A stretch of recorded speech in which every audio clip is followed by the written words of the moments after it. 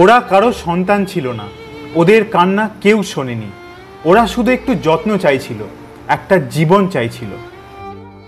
Kanchrapara Deshbandhu club চত্বরে পড়েছিল distemper আক্রান্ত এই দুই বাচ্চা কুকুর, দুটোই মেয়ে। হাল ছেড়ে দিতে পারেন অনেকেই, কিন্তু কেউ ছেড়ে যাননি।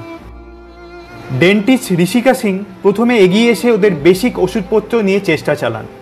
তারপর প্যারাভেট ভাই শিবম পোদ্দার নিজের খরচে শুরু করেন ওদের চিকিৎসা, সমাজের নানা চাপ উপেক্ষা করে।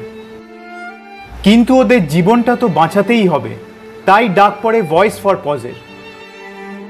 দ্রুত ব্যবস্থা করা হয় পেট ক্যাম্প, ওদের ট্রান্সফার করা হয় অবলা শেল্টারে, যেখানে ওদের দায়িত্ব নিয়েছেন প্রিয়াঙ্কা মিত্র ম্যাডাম। এটা শুধু একটা রেস্কিউ নয়, এটা এক টুকরো ভালোবাসা, একটা অবলা প্রাণের প্রতি বন্ধুত্বের হাত বাড়িয়ে দেওয়া। আজ এই বন্ধুত্ব দিবসে আমরা ওদের বলি, তোমরা একা নও।